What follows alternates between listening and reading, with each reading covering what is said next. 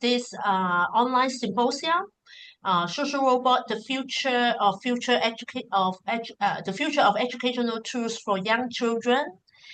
And we are in webinar mode, so you should be able to see us, our speakers, and also see our backdrop for this event. So today I'm very happy to have a group of researcher and practitioner, educator with us, joining us today. Uh, uh, I think we are all having interest in knowing or discussing how social robots or educational robotics can have an impact in education, especially for young children. So I guess this symposium today brings us together to explore different issues on social robot. And so here I am also very happy to have very distinguished speaker with us. So first, I introduce myself. I'm Susanna Young, and I'm professor at the Department of Psychology, and also the executive co-director of our newly established Academy for Educational Development and Innovation. And I've been educational psychologist in terms of research. And in recent year, I have a strong interest to understand the use of social robot in language learning and beyond. And today we also have Professor Michelle Newman from University of Sheffield, and her research interest is in the field of early childhood education, and she is particularly interested and has been doing research in early literacy, child development, and also digital technologies such as tablet and social robots. Also, we have Dr. Yang Wei Pang from Department of Early Childhood Education of EdUHK of our university. He's a very productive assistant professor specializing in early childhood learning sciences, and is doing interdisciplinary research with a strong interest in digital technology in early childhood education, STEAM learning to promote young children computational thinking, and making early childhood curricula and pedagogy more culturally responsive.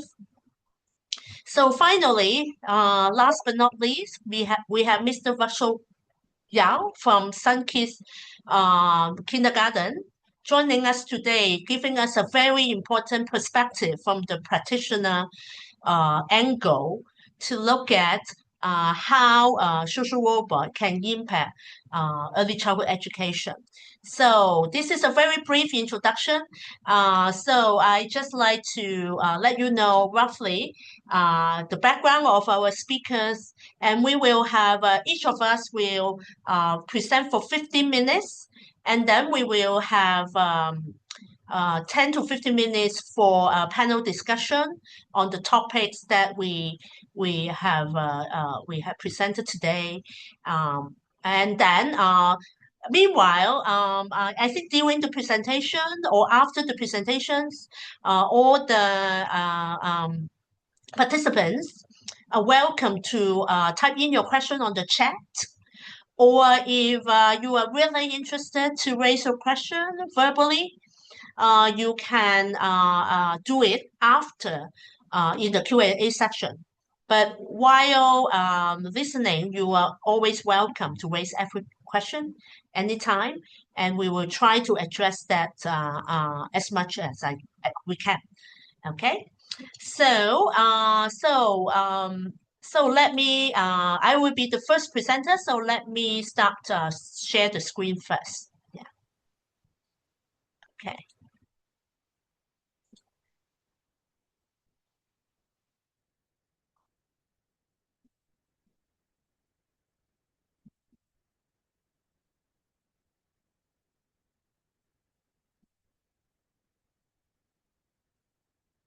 So I think you are able to see my screen, right? Okay, so today I'm very happy to have a chance to share my recent work on social robots, which the project uh, focuses on English language learning, which is because I have been doing research in this area for more than 10 years. So I have put some of my past research that we have done with Chinese children into this project. Okay, so why we want to use social robot in a way we would like to address some of the issues, and the issues can be can be very unique here in Hong Kong, but at the same time it could be like also similar in other contexts. So in Hong Kong, especially for English language learning, we have uh, a feature or in a context that we general there is a not a very high chances or the exposure the exposure the amount of exposure for children to English language is quite limited, and especially in early childhood or in primary school or in kindergarten primary school, there is a limited time for English learning, and also that's why we need some tools that can provide personalized and interactive experience in terms of English learning. And of course, because of like this is English is learned as a second language, and not everyone is having good quality exposure.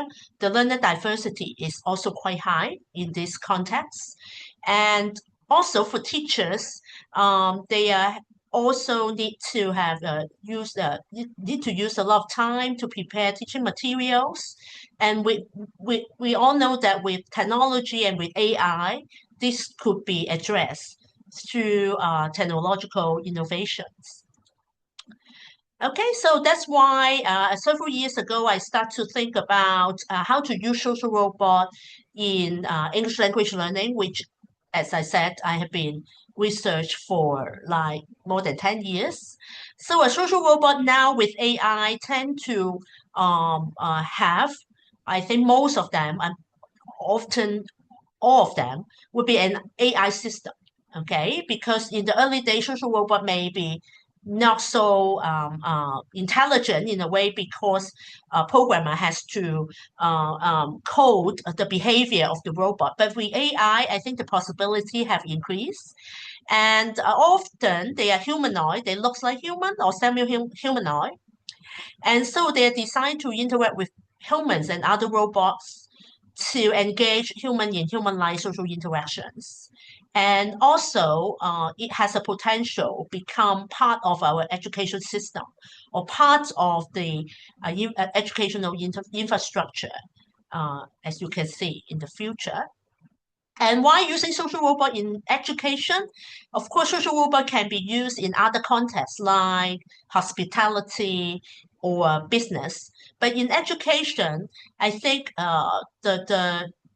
some advantage would be they are able to develop a relationship with children, which is in research there is also a lot of findings saying that children have are sort of psychologically connected to humanoid robots. Plus, with the AI, you can develop a lot of functionality that can support personalized learning. But in terms of research, I think in general, there is several characteristics of the current social robot research in education. First, is there is a lot of laboratory research, and we need more field study.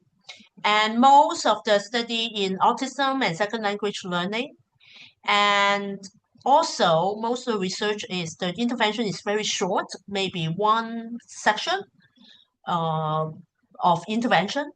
And also the capability of social robot has been changing, as I said, with the AI technology. So that's why we have uh, when we do the research, we look at from a theoretical perspective why social robot can help learning. So I think one very useful framework is social agency theory that I'm not going through the detail because of time, but as social robot can be a social agent in terms of promoting, facilitating learning, forming a partnership. But I think in most of the human robot interaction or social agency um, research of related to social robot, actually is not really well defined. What is the social agency or what characteristic of the social robot so that can make them to be a social agent. This is, I think, one of the problem or one of the limitation of the current research. So that's why some scholars started to think about to define what is the social agency of social wave robot.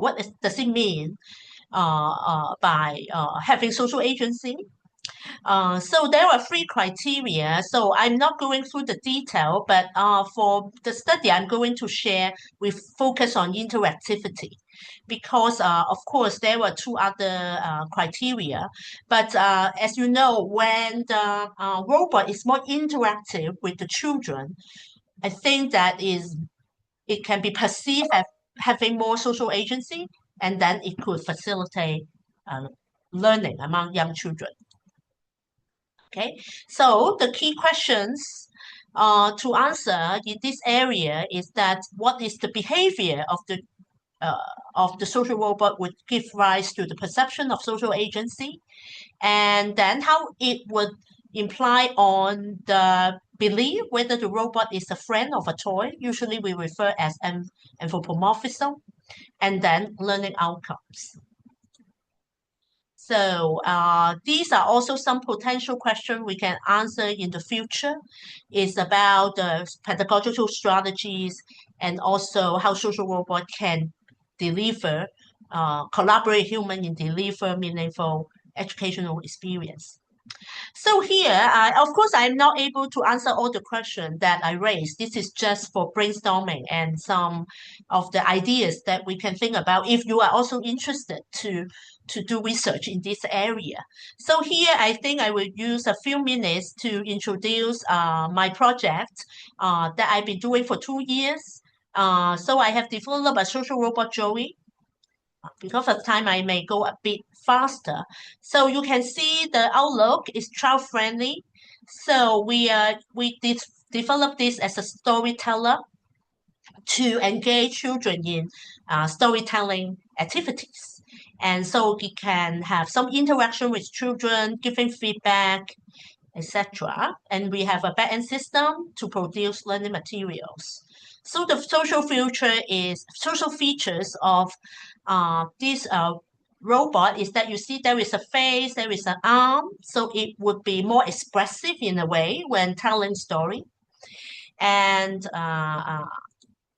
and also we developed, so I will skip this. If you are interested, I tell you a bit more later about this. Okay. So I go into very quickly, share with you about the empirical work we have done. So the first one is uh, you see this robot is not Joey, right? This robot is actually a STEM robot that we use for testing our software. So when we do the pilot study, we use this version. So the difference is this version is not as humanoid because it's no arm, and the face is not so like human. And but the software basically is the same as the one I've showed you, the final version of Joey. Okay. So basically, we did a storytelling activity, which is a listening activity, and also a co-tell, meaning we invite children, the robot will invite children to say some of the storylines after listening to the story. And we compare three conditions, the human condition doing the same thing, and the tablet and robot. Okay, so we did several outcomes like the perception, the story comprehension, vocabulary, and we look at the attention of children when they are doing the activity across condition, and also engagement through behavioral coding. Okay, so the outcome is now entirely positive. We have two groups of children. One group is we call it high proficiency group. That means children with higher level of English proficiency. So we see that in general, the perception is robot and human are better than tablet. I think it's not surprising. And then for attention, um, there is a marginal difference in robot, tablet, and human condition, with a robot also a bit better. And then, so I can show you some figures. And you see, for attention, for self-report engagement, that means self-report whether they like it or not, definitely tablet is the lowest. But if we are seeing attention through some objective facial recognition, we see that robot and tablet is higher actually. I guess because screen or technology is really attractive to children. And also, when we look at when we have a time dimension and see the engagement level through behavioral coding, we see an interaction effect. We see that for robot is able to maintain, humans sort of also able to maintain, but tablet have a significant drop in engagement. Okay, so another group we found got similar finding, but because of time, maybe I make it faster because so we have published the paper in the journal is actually launched by our EdUHK. So if you're interested, you can take a look, or I can to this paper. I can share the information with you later. Okay, so how many? I need to take a look at the time first. Yes, I guess yes, I'm way beyond the time. So I skip this one. Okay, I skip this one because time. Another study on robot design. So I will conclude by it yeah, because I don't want to overrun too much. I think in our very initial study, very pilot study, I would say this the study is very initial. We don't have a lot of children, and we only have like very short duration in terms of our learning activities. It's around like 10 to 15 minutes for young children in kindergarten and primary school. So it's far from conclusive. So I guess we still need to do a lot more research. As I said, um, uh, what is we can see that the social robot as doing something like what we do as a teacher to tell a story seems to be quite effective, or at least in terms of engagement and some language outcome like story comprehension and vocabulary learning. But in terms of robot assisted learning, there is still a lot of unanswered question. First is the behavior and the behavior robot, how it would at the end go to the learning outcome is something we still need to explore. And also the mechanism, like whether it's through the perceived social agency or perceived social relationship with the robot, or through, as I said, anthropomorphism, which is a widely studied construct in robot assisted human robot interaction research. And also finally, I think in for the future, maybe we could think of a direction in terms of robot human collaborative teaching, especially when we have more powerful AI technology. Okay, so I will stop my presentation here. Yeah, I hope I didn't overrun too much, maybe a little bit, a little bit. Okay. So I stop here. Now, may I invite Professor Newman to begin your talk? Yeah. Thank you very much.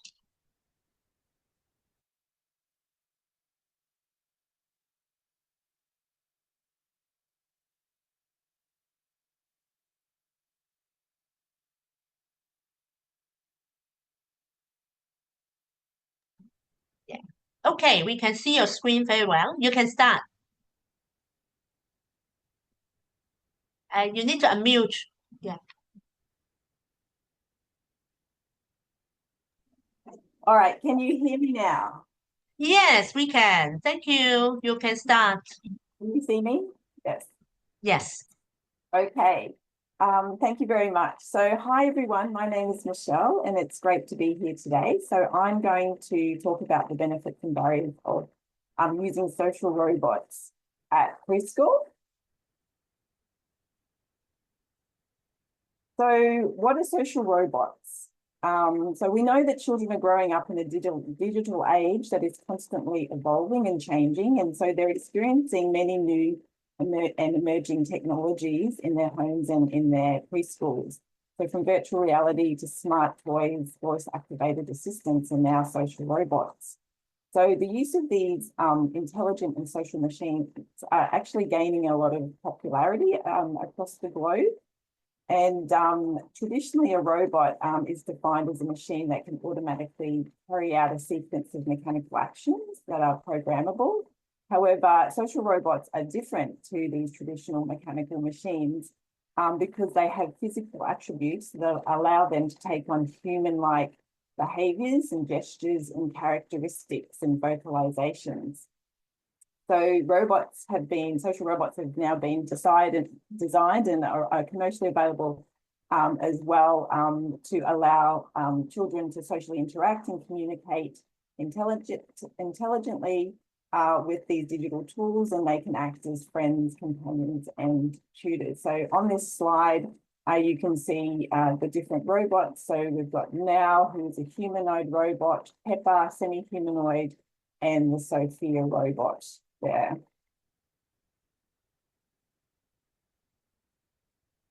So since the mid-2000s, robots have become designed to have all these different types of faces and arms, legs, different human-like features. Some have tablets on them, like the Pepper robot, and they can be in humanoid form, which means that they have arms and legs and can be used and programmed to do walking activities, dancing. There are semi-humanoid robots, such as the Pepper robot, that moves around on wheels. And then there's also the pet-like robots that are very popular, like Claire the dinosaur and Dragon Bot, where studies have been done with children, young children, and, for example, learning second language skills. So they have a range of sensory features, like built-in cameras, speech production and recognition, and movement sensors. So these actually help them really communicate with humans and children, which makes them, very promising digital tools that we could explore in the classroom. So on the screen, you can see there's the Vector Anki robot, which has a little animated face there, looks like a little bulldozer. And then there's also the Luca book reading robot that actually scans books and children and reads them to children, and children can read with the robot. So there are lots of different types of robots around. Whoops.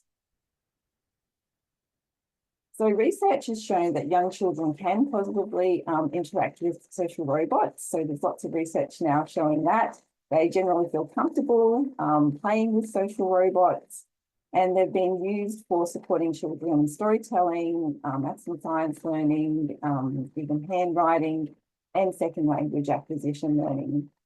So over the past 2 decades, robots have also been used to teach children about STEM skills and programming. However, social robots are different, such as Now, the humanoid robot, because they're specifically designed to communicate and relate to humans and children. So in other words, they're digitally and physically designed to build these social relationships, which is different to those traditional machine-like robots from the past, so that these robots can make eye contact, they can respond in human ways, and they can evoke strong emotions in children, which I think is an important factor to be considering. So all of these observations are paving the way for future research and looking at specifically engagement and interaction, and how children actually can learn with social robots. So social robots, as I said earlier, have the potential to enhance and support early learning. So they can act to help construct knowledge with young children, solve problems with them, also act as cognitive tools and help them with their inquiry and curiosity as well. They can also have the potential to be used as teaching assistants in the classroom, and the concept around reducing teacher workload has been also thought about as well, but we need more, I think, studies to actually work out whether they actually might increase the workload or decrease it. So I'll talk about some limitations and barriers in the future. So more future research is needed. So I'll just jump into sharing with you a study that I've done to actually investigate further whether using a social robot in the classroom versus a human instructor has any differences in how young children may engage with a social robot. So in this study, there were 35 children ranged around 4 to 5 years from 2 preschools in Southeast Queensland, Australia. So they were all typically developing English-speaking children from middle SES backgrounds. And this was a comparative and observational study, just exploring if any differences occur between children interacting with a social robot or a human. So children completed 2 tasks, so a Simon Says task and an iPad drawing task under the guidance of either the social robot or the human instructor. And the children's engagement was measured through looking at their behaviour and emotions and verbal utterances they spoke to the robots. I have a little diagram on the slide that shows how we set up the study in the children's classroom, and we use the robot now, which is that little robot there that I talked about before. So next slide. So we designed a script to use with the children, and there were different activities. So we have an introduction activity. So the children did the task with the social robot, and then also with the human, which was myself. So there was an introduction phase where children were invited and asked what their name was and how they're feeling. Then they engaged in the Simon Says task, which was a copying repetitive task where they had to follow the robot's instructions, like Simon Says, put your hands up and down, which children love to play, like that. And then the third task was an iPad drawing task where children were asked by the robot to draw a picture of a dog on an iPad and then also write their name next to their drawing. And then the activity concluded at the end with the robot and the child saying goodbye to each other. So that was counterbalanced as well to make sure that we accounted for any potential audio effects in presenting the child in the social robot condition and then the human condition. So I will go to the next slide, which talks about the measures. So behavioural engagement. So did the child complete the task with the robot? Will children actually follow instructions from a robot? What type of emotions were the child showing when they were interacting with a robot? Were they smiling? Or were they kind of a bit, frowning? And what was the extent that they spoke to the robot during those activities? So the next slide shows just an example of children drawing and writing with the robot and the human. So you can see the drawings are quite similar across. So the main point I want to make is that children, yes, they did follow the robot's instructions in terms of completing a little activity that they would regularly do at preschool. So in terms of the findings, we found that children were observed to engage positively with the robot across those measures, but we did find overall that the children responded more positively with the human than the social robot across the Simon Says and iPad drawing task. Although children did engage more positively with the human, they did also do the tasks and complete them with the social robot, indicating that, yes, social robots may have a role to play in perhaps being a bit of a teaching assistant or something like that in the classroom. In terms of children's talk, the extent that they spoke to the robot, there was really no difference across the Simon Says activity across the human and the robot. So this shows that, well, obviously a Simon Says task is a bit different to other tasks because there's not really much opportunity to talk, but it showed that the children completed and engaged with the robot and followed the instructions similarly, very similarly to the human. And finally, but we did find in the iPad drawing task when children were asked to draw a picture of a dog on the iPad, that children talked more to the human rather than the robot. So what does all this mean? Let's have a look. So there's different potential ideas of what this means. So that was more of a pilot study, but we're thinking maybe there may be considerations around the type of task that we ask children to participate with or engage with a robot in. For example, the Simon Says task is a very copying repetitive imitation task. So perhaps a social robot might be quite useful for helping and engaging children in those kinds of more rote learning tasks. In contrast, drawing a picture, perhaps writing a story is a more creative task. So maybe humans and human teachers with context and human experience, children may engage more in those tasks with a human. But we really need to conduct more research on this. And there's other ideas such as individual differences of children, as well their characteristics, whether they have different personalities, and also the robot design itself. So we know that the robot does not have any facial expressions, whereas the human does.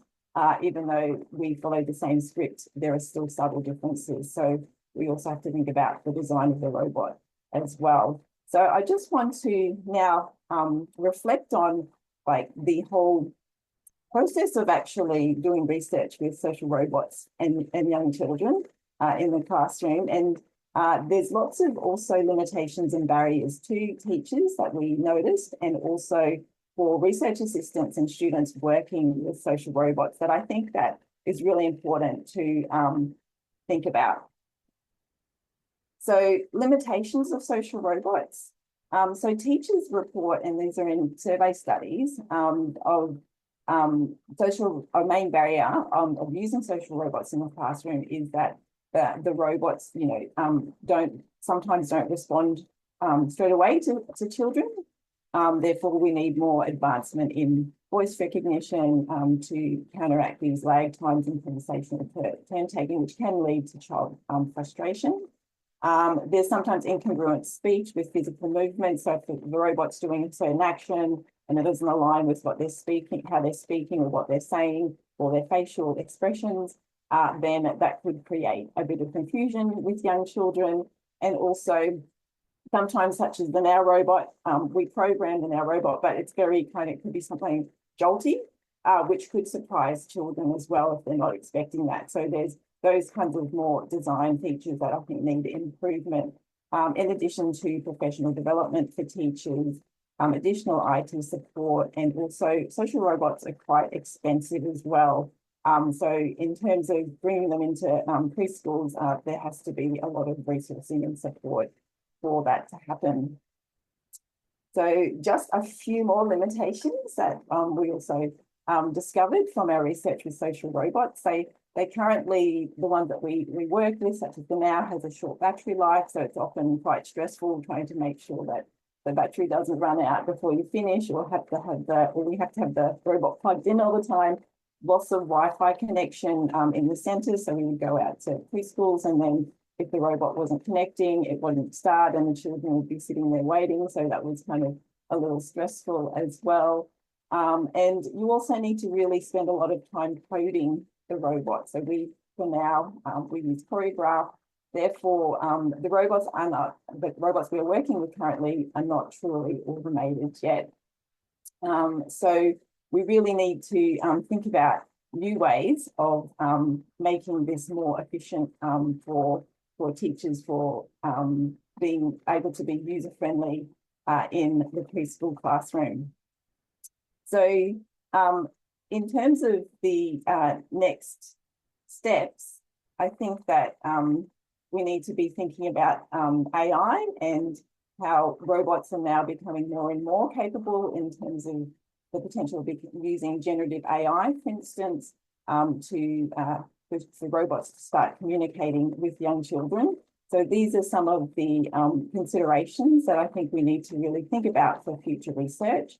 So the impact of AI-enabled social robots in early childhood education, I think needs careful investigation. So for example, will AI-enabled robots in the classroom, will they be able to behave like surveillance tools, reporting what happens in the classroom all the time? Who will be responsible for curating and checking with the child data and what the robot has been saying to the child, for example? Other questions such as, will young children be developing close attachments to these social robots when they start being integrated into schools in the future? So all these questions, I think we need to come together as a collective, parents, teachers, school leaders, researchers and children, to ensure we have clear policy on how we're working with AI-enabled social robots in preschool. So I hope that I'm on time. And thank you for listening, everyone. And I will stop sharing my screen now. Thank you, Professor Newman, for a very interesting study and also some very key questions for us to think about. We can discuss some of these issues at the end. So now I'd like to invite Dr. Yang Weipang. It's your turn to talk about your innovative work. So I pass the time to you. Thank you. Thank you. Thank you so much. Hi, everyone. Thanks for Prof. Susanna Young's invitation to share on this important issue about robotics and young children. My own research focuses on exploring how technology integration can enhance computational thinking and creative learning in early childhood. So first of all, I would like to show you a very short video clip to see how children can be engaged in robot-mediated learning in an authentic classroom.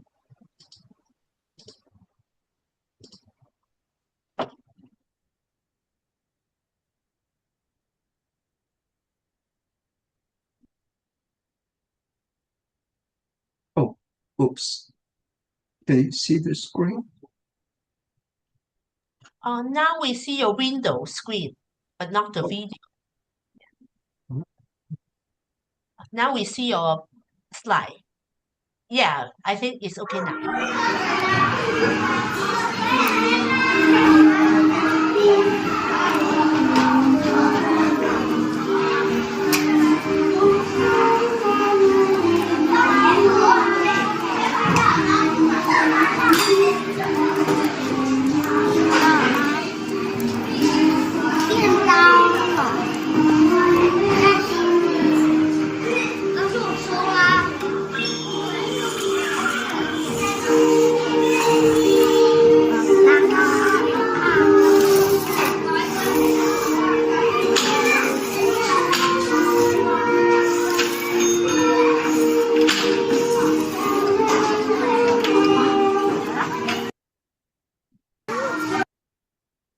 So this is really children's creation. So as we can see, I'm sure you can hear me, right? Okay. So we can see from this video, children, they can learn with coding robots and also other emerging technologies like 3D printing pens, which they have used to create the Dragon. So you can see like these are all child-friendly technologies for them. But there's a lack of understanding on the role of generative AI, especially Gen AI-powered robotics for our children.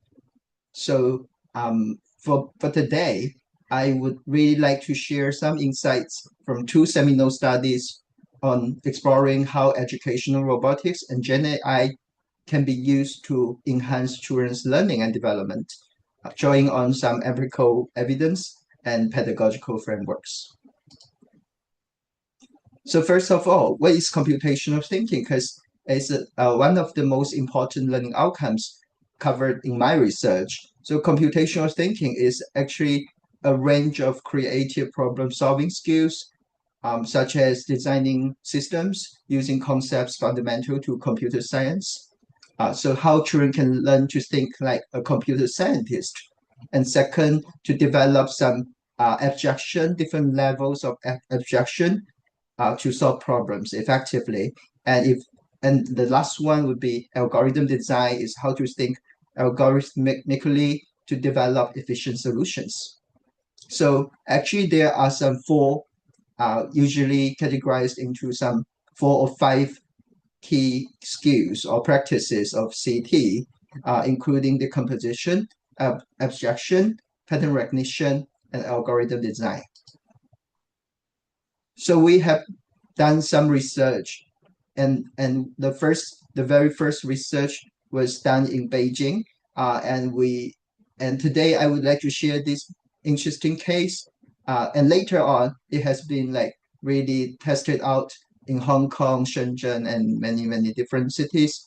I would like to share with you the case of this robot programming and how it can be meaningful for children. So the key idea behind is this pedagogy called culturally responsive robot programming. And this pedagogy is really grounded to Susanna's idea. So the first thing that they do together with the teacher is to read a picture book. Okay, so this picture book, of course, they go through traditional share reading, and the key thing is that the children, they need to identify a problem from this story. And then they use technologies to solve the problem. So they will experience coding and making. And eventually they will share their solutions. So it's this pedagogy we use to do our interventions. And what do we find? Actually, we did a multi-group experiment to investigate the impact of story-inspired programming using robots and tablets on 5-year-olds' computational thinking skills. And this study compares 3 different conditions, including story-inspired robot programming. So we use this robot is screen-free to solve some story-based challenges. For example, how to guide the animal. It was a chick, okay? Guide the animal through like a camping scenario. And the chick was lost and they need to go home. And the second condition was story-inspired tablet programming. They used the same stories, but different coding platform. It was the tablet, and it was a free mobile app called Script Junior. So it's not a robot, it's a tablet. And the last one is traditional unplugged computational thinking education. They don't use any technologies in this condition as a comparison. So what are the key findings? We found that both story-inspired robot programming or tablet programming groups, they really showed a significant and higher CT scores than the comparison group. While the robot programming group, they has the best effect. Okay, it's the most strong, the strongest kind of effect. So it seems like first, storytelling itself is a very culturally responsive pedagogy, because all the stories we selected for this intervention were really relevant to children's experience. So we say like children's funds of knowledge, for example, like go shopping, go camping, Christmas party, birthday party, or those kind of stories that children were interested in. And this kind of pedagogy can really bridge the gap between programming and children's thinking. Okay, so they can really foster children's engagement. And we didn't find any gender or SES differences. So actually, this approach is quite inclusive. So here are some of the like digits or the effect sizes for different conditions. So the second case I would really like to share is another pedagogical framework called creative project approach, and is much more recent research done by myself and some other colleagues. So it's really to integrate Gen AI and into some, of course, including robots, into children's project-based learning. Okay, so it's called creative project approach. So the main idea is that this approach will use generative AI agents, either virtual or physical, to adapt to children's needs, such as co-creating stories or providing some very personalized feedback. Because we all know Gen AI these days, like DeepSeek, GPT-4, they are very powerful. And of course, we have also reviewed many robotics products in the history, and we found out like there was actually this kind of historical evolution from coding robots like Kibo, and to these days social robots like Moxie and so on. So they target at different learning domains. Like coding robots, they target really at STEM learning, programming. Well, for their social robots, I think they target more on their social emotional learning part and language learning. Yeah, so their theoretical foundations, there are two major foundations. One is constructionism, pioneered by Seymour Papert. So this theoretical foundation or frame or rationale really argues that children learn through making something, constructing artifacts, such as programming a robot to solve tasks. And another very key theoretical foundation would be Vygotsky's social constructivism. So it seems like this theory is still effective in today's AI age. So AI agents, they can act as the cultural tools to scaffold children's learning through social interactions in their GPD. And AI agents seem to play the role of co-learners to really to achieve this learning goal. So later, I would like to really to show, yeah, I got a few more minutes. Yeah. Okay, I would like to show you another case. So really how children can learn through this kind of creative projects powered by Gen AI. So it's a very short video.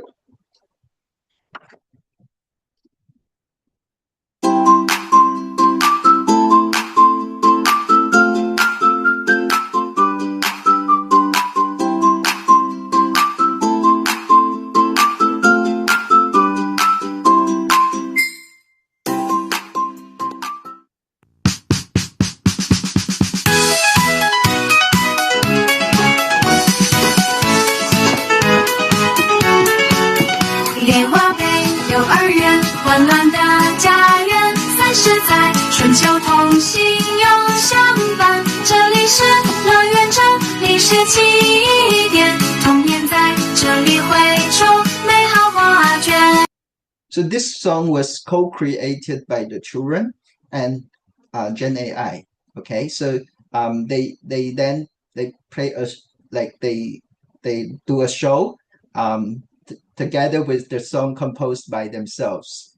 So you can see they did it like outdoors.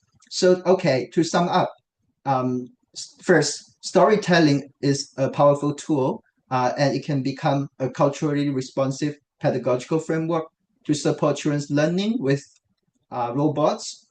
And the creative project approach seems to be quite powerful and promising in terms of incorporating Gen AI into children's project-based learning. And I won't go into the details of the steps involved in these two pedagogical frameworks, but I really would like to say, like, these two cases and these two pedagogies seem to be very promising, and really can empower our children to experience creative learning and mostly authentic. Um, and just to highlight a bit of the challenges we need to resolve.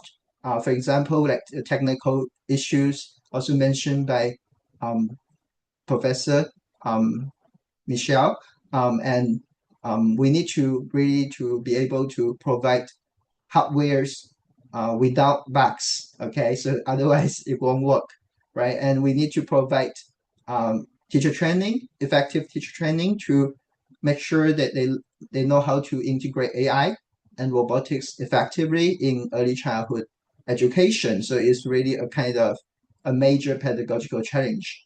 And to make sure like we do this in a child-friendly way so that it will be more inclusive.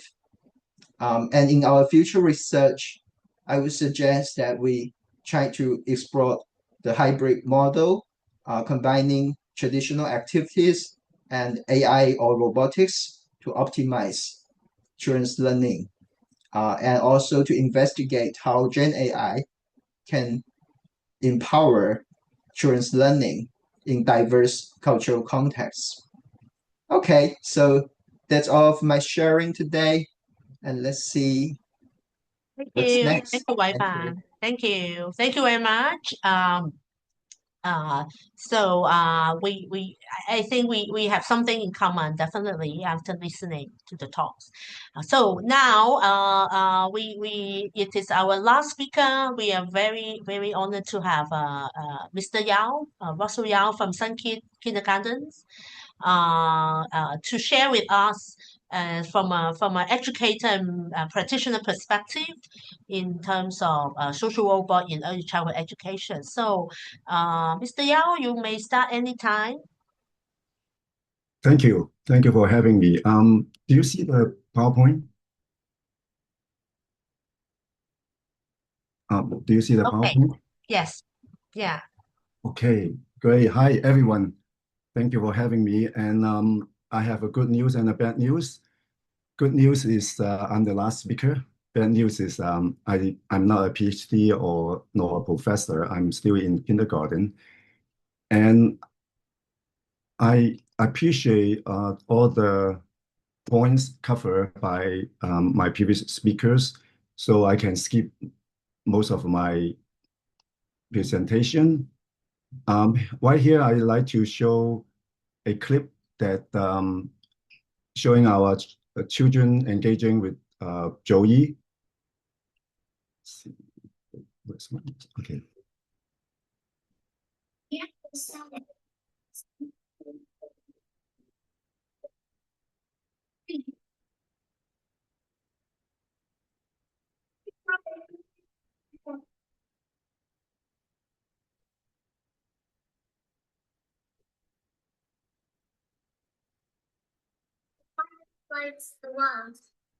Your hand like this if it's yes. We hear you.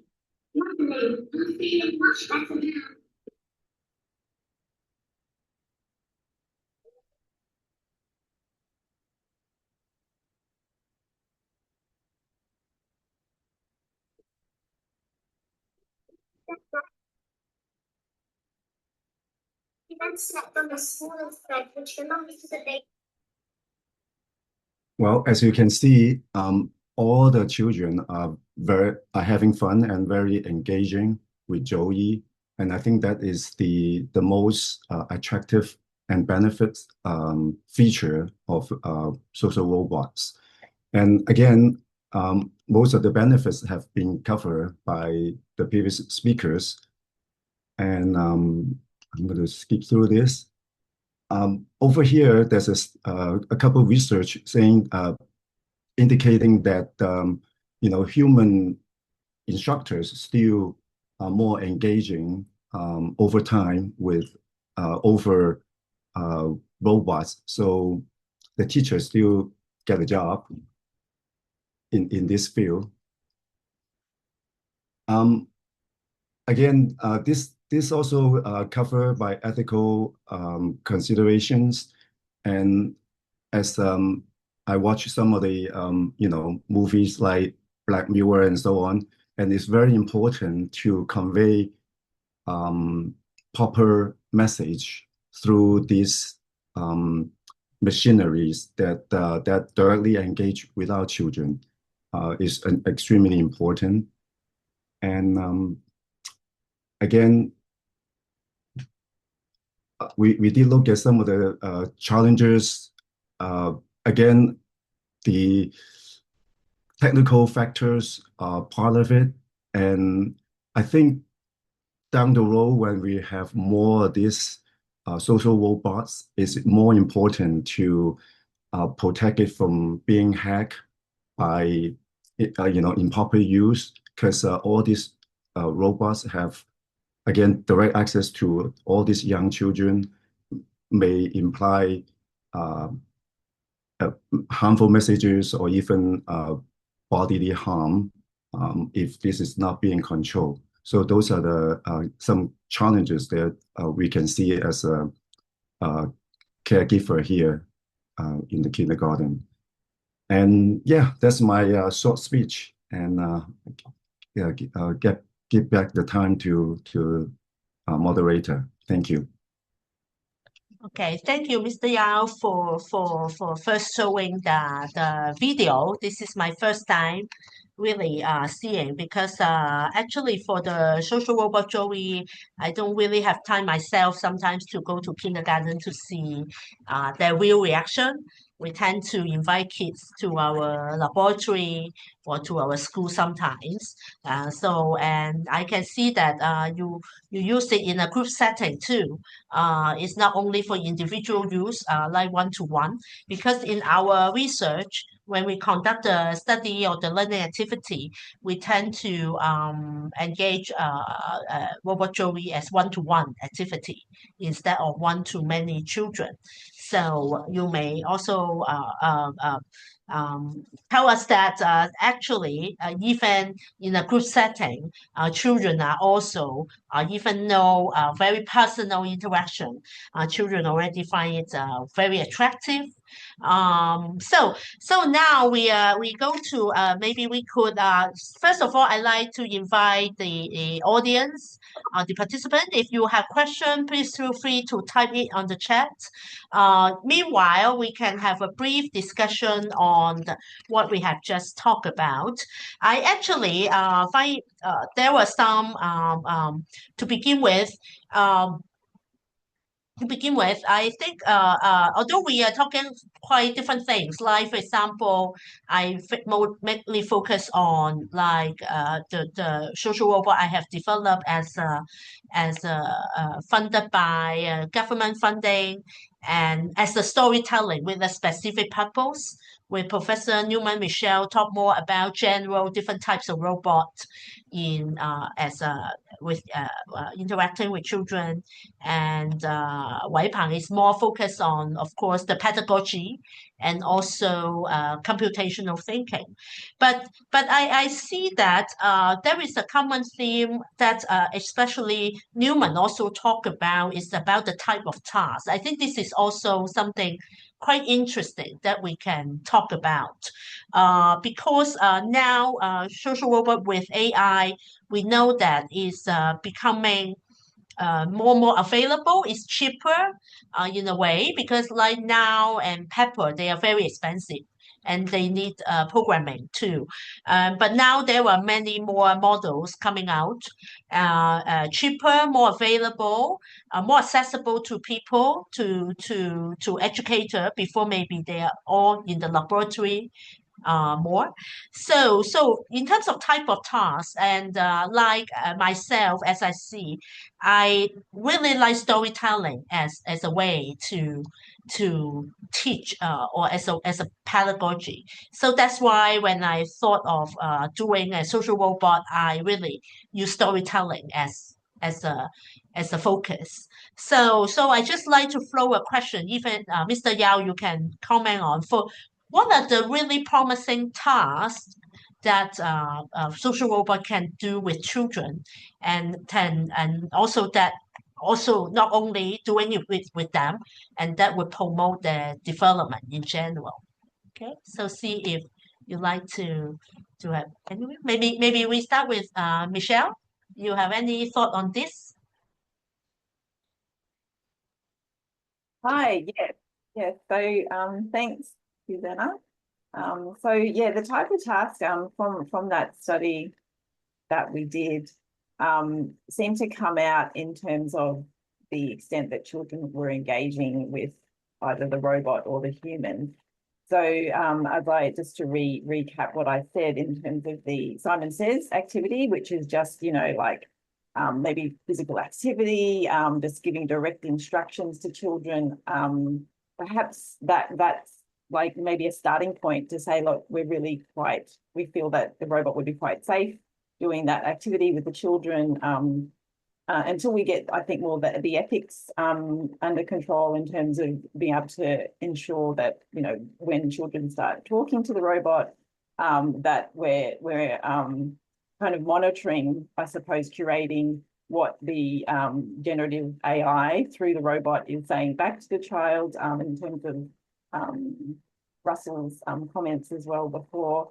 So, and then the point about the more creative activity, maybe I'm just hypothesizing here, but maybe more like small group or size of like configuration and one-to-one with the robot versus a group of children with the robot versus the whole class.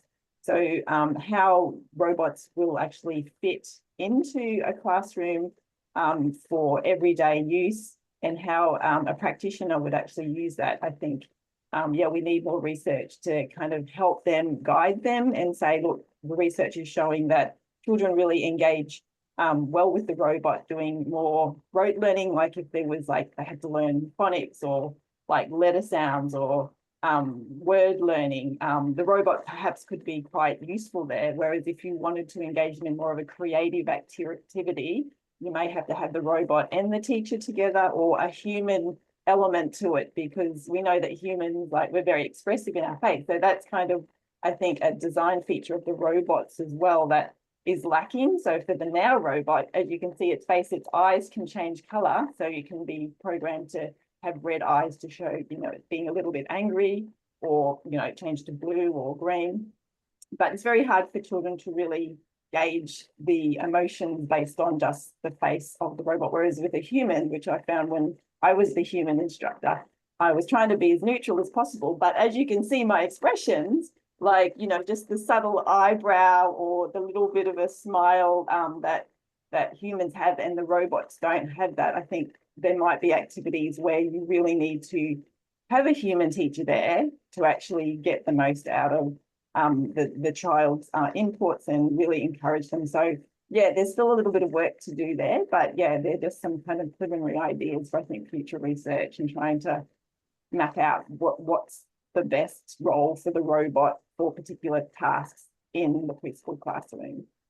Thank you. So, Wei Pang, do you have any comments or on this or anything you like to raise? Yeah. Thanks for this question. I think in my observations, of course, for the coding robots, the best task for them to solve would be coding tasks, right? While for the Gen AI kind of AI agents, it seems like this is very interesting because like co-creation kind of tasks, like co-create a story would be fascinating. Children love it. And also co-creating the music, for example, which couldn't be done without AI. Traditionally, we didn't even teach children like how to compose a song. It's impossible.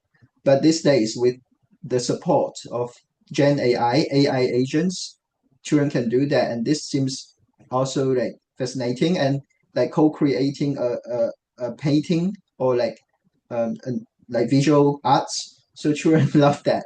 So I think that would be the future, right? Ready for social robots. Yeah.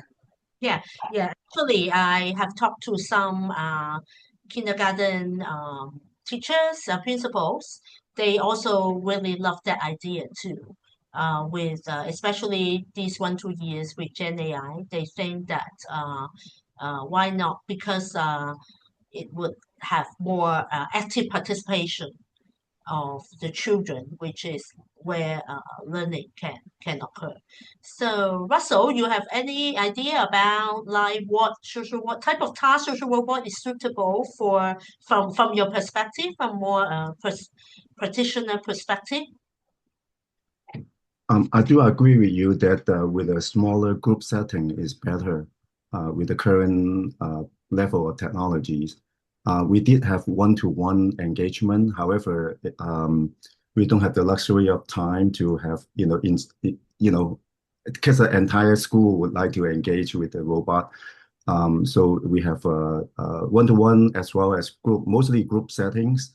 And we do find that in a bigger group, there will be chaotic situations like they may answer to the robot and the robot microphone is not able to capture, it does have some chaos.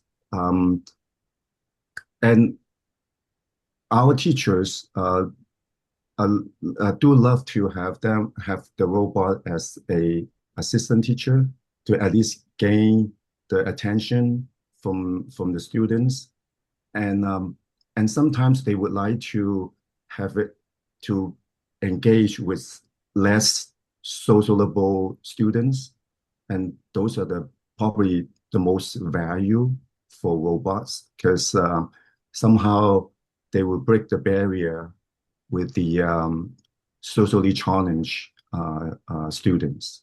So I like to develop more into that area. However, we didn't have time in the pilot project. So anyway, so we can discuss later.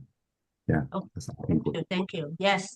So now we know that at least as far as from my interaction with teachers now, they are more open to the new technologies, these emerging technologies, including social robots, and they are really like to explore.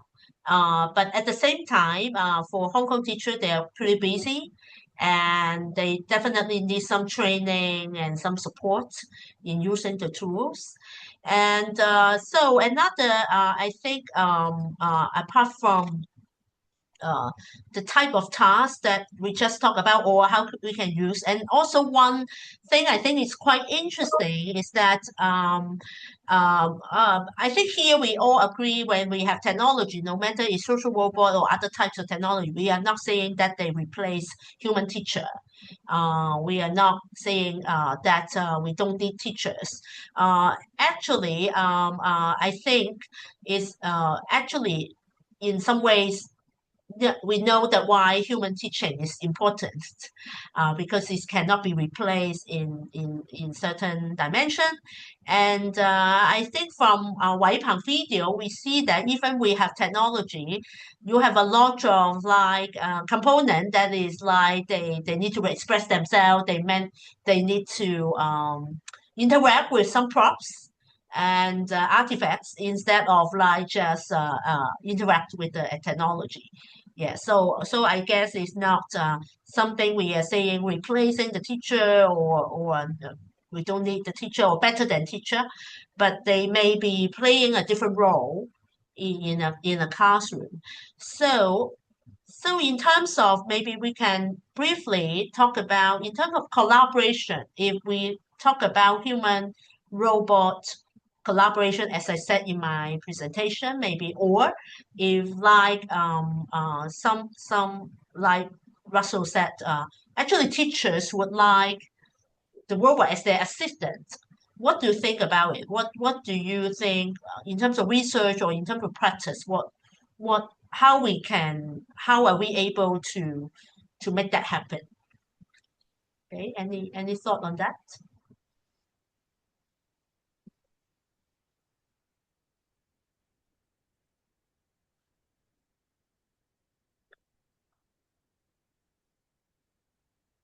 I think definitely we need some research, right? Some research first about like teachers' perception or teachers' beliefs about using social robot. But in reality, if because you are all very expert in early childhood classroom, how do you think about this type of is it like, for example, like Russell said, is with the robot here to attract students, is it just play this role or what other roles you think we can do? Yeah, actually, my own reflection on my research is that policy support is super important because the practitioners they tend to not just like buy your idea just because of the value of it. It's really because of whether the government wants it or not. You know, so with this support, ecological support, they will really like be more agentic. They will be more like active in terms of promoting good practices in using social robots and so on. That's my own reflection actually. Yeah, definitely. Like for example, uh, um, there is some people still have some reservation in, for example, certain technology entering early childhood classrooms. We also covered in our presentation, like data privacy. And when I look at the social robot research, actually there are some concern about children behavior to the robot, especially when they display certain one or two kids display aggressive behavior to the social robot. Would it be having some negative impact to the classmates or the peers who have observed this, or how teachers should handle those? Because there were cases that some kids may have displayed some aggressive behavior to the machine. Yeah, but they maybe think that it's very funny. So this is one we need to think about. Teachers also need to have some guidance and like know how to handle it. And also another point is of course like it in general be able, especially now, be able to capture a lot of data, like the verbal data, like there will be, for example, like the social robot I have, there is a screen, there is a camera in the robot, basically can capture the face, the behavior, and also there is of course speaker and microphone that can capture all the verbal responses. So these are something we also need to think about. Yeah. So any final thought for us? Uh, yeah. Or may I ask one more time for the audience? Anyone would like to raise question? There are a lot of questions there. Really? Yeah, Q&A. Yeah. Yeah. I didn't see it. Sorry. I keep looking. Okay. Maybe let me try to see. Okay. One is ethical standard governing the use from what are the teacher children leadership issue. Uh, any answer for that? Oh, maybe some. Yeah, I once we okay, but anyway, so we can maybe I try to answer some. Of course, there is no code of conduct now. For now, I think it's also like the use of AI in education. Is something very new, so the ethical standard is not fully developed. It definitely is one area of research that we need to know and about this area. And okay, and then I hope I can answer you. Sorry, no, definitely answer. Okay, so from Caroline. So the question, so AI lack genuine emotional reciprocity to mimic relational cues. Have any seen any concern? I think from my knowledge, so far there is still no really very empathetic or emotionally competent social robot. Michelle, do you think so? I think there is still no such robot yet. No, I don't think that social robots are that advanced yet. So we don't have to panic yet. Everyone can just stay calm. Yeah, Like, yeah. got So I think no. So that's why now in terms of robots, from our understanding, even those autonomous robots or programmed robot, mainly is to understand the language, maybe the content of what the child said. For example, the robot raised a question whether the child answered it correctly, etc. Instead of really giving very accurate or not accurate, very like human can give a very emotional or can give a response that can feel the relationship. Yeah. Accent. I think the second question is accent. I think it's more like with the AI uh, capa capability. Now it's more able to capture the accent. It's more accurate in understand children's language, but there is of course not 100%. And in Hong Kong context, is something also very interesting because Hong Kong kids or Hong Kong people tend to mix code in speaking, and it also creates some barrier. Yeah, so it would be a bit like difficult. Okay, so and the final question is for Wai Pang. Maybe I let you answer it quickly in short. Yeah. Yeah, thank you, because Caroline, for this coding robot question, actually the teacher scaffolding is the key, right? So actually we have different, I would say different approaches to do that. One is guided play. So for the guided play, teachers will only, for example, to do demonstration and also to give some hints instead of giving them the direct answers, right? So that's guided play, and we see this as the one of the most powerful approaches for scaffolding children. While another is the direct instruction. So in the big group, like story inspired robot programming, it seems like teachers need to give more guidance in children's learning. So and we have already really like figure out what are those effective strategies used to be able to scaffold children's coding activities. So I would love to share our our findings with you if you are interested. Yeah. Thank you. Okay, so we have another question on very different topic about appearance. Yeah, about like with human shape.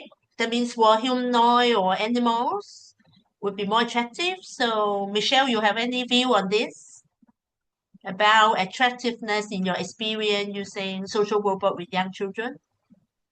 Yeah, so I think it's the yeah, how friendly they look. I mean, I don't think they have to be furry. But you know, like for instance, the work I've done with the Now robot that I showed you in the study that I reported on, children are engaged with that robot. It has a childlike voice. It's small, about 50 centimeters, and children I've worked with, basically all of them, or most of them, responded positively. But I just want to make the point that we can't assume that all children will like working with social robots.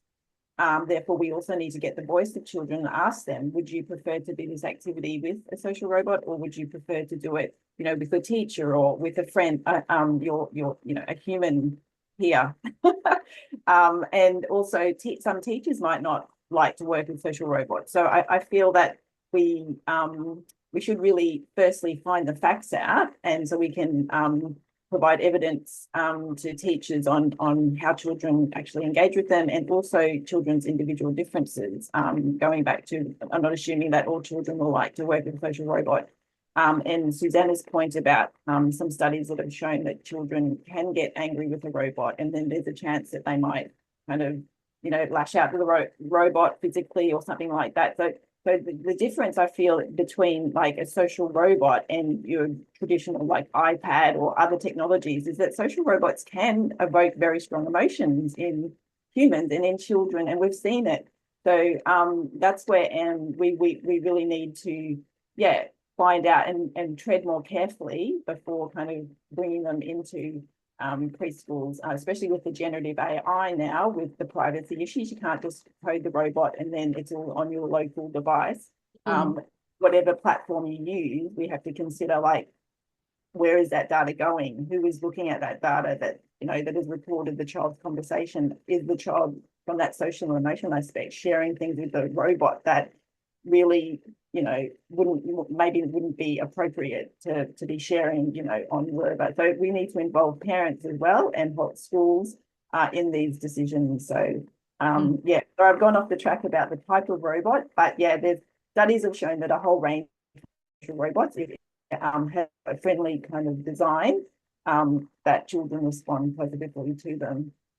And then the type of robot also will determine the role of the robot and also the type of the task. So you might have in a classroom in the future many different types of social robots, depending on what task you need to be doing with the children. So don't think of a robot just as one robot in the classroom and that's it. I feel that there'll be many different types, and many different, suiting the individual needs and the preferences of the educator and also the students. Yes. So I also agree, because why social robot is a bit unique, because it's not like a tablet also presenting teaching materials or like interacting, because in terms of now children can also have a lot of apps that interact with children. Is that we see that children really have some different responses or feel differently when they interact with a social robot. This is what I think Michelle and I like agree on this. Because this is what we observe in among young children, at least among young children. And I think because of certain characteristics that make it a bit unique. Okay, so let's see. Other question. We may not be able to answer all, but we can briefly go through. About well-being, I think it's a big topic here. We definitely don't have much time. Many people, when they think about social robot, they link it to well-being, because they think that the robot can be your companion, okay, it can be your friend, something. But I guess for really using social robot to promote well-being is still a long way. We need to first really to think like what to do, how to design the robot, and also we also need to be very careful uh, because it may not be always like promote. If you do it wrongly in the wrong way, it could be somehow negative. As I mentioned, children can exhibit aggressive behavior, and it can project certain emotions on social robots. So that's why we really need to be very careful.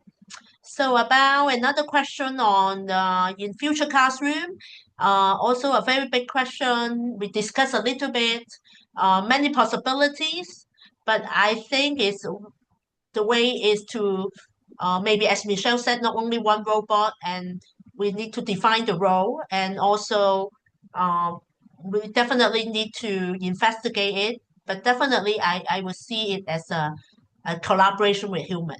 It's like they may not be entirely doing different things at different times. Then it's like you just another machine, but in a school, it may be more like is they are really playing different roles or even in the classroom at the same time, doing some collaboration. Okay, so from Ed, it's about tools of the mind. Thank you for the information. I don't really know this. I don't know about the other speaker.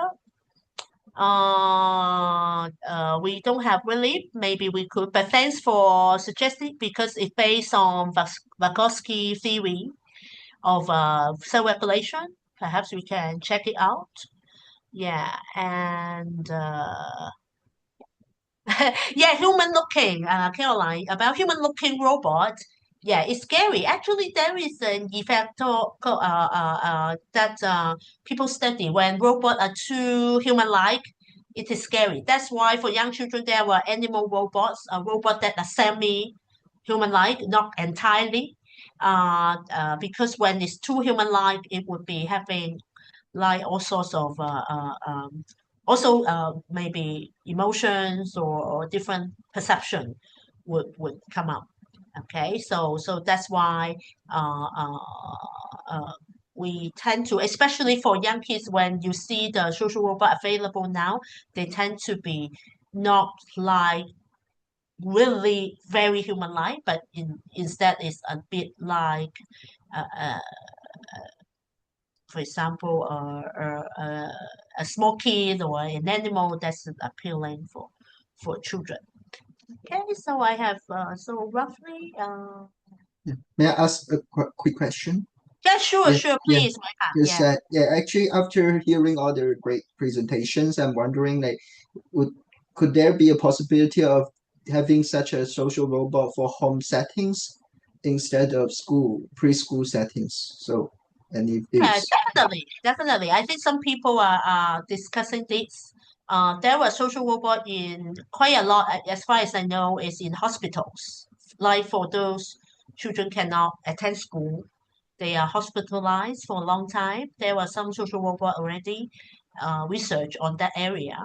And at home definitely, but we need parents support definitely for young children, and also I think the issue we discuss here would also have like data privacy, ethical concern, and what type of task, what is the use of social robot at home, what is the major task that it is deployed to do. These are all questions that are unanswered. Yeah, unanswered, I think. thank you. Yeah, Wonderful. okay, so I think it's right at time. So, do you have any final words? Or okay, um, Tammy, our Yes. the one So who are helping us to organize this webinar, we need to really thank her and would like you to do an evaluation. Sorry, I forgot that.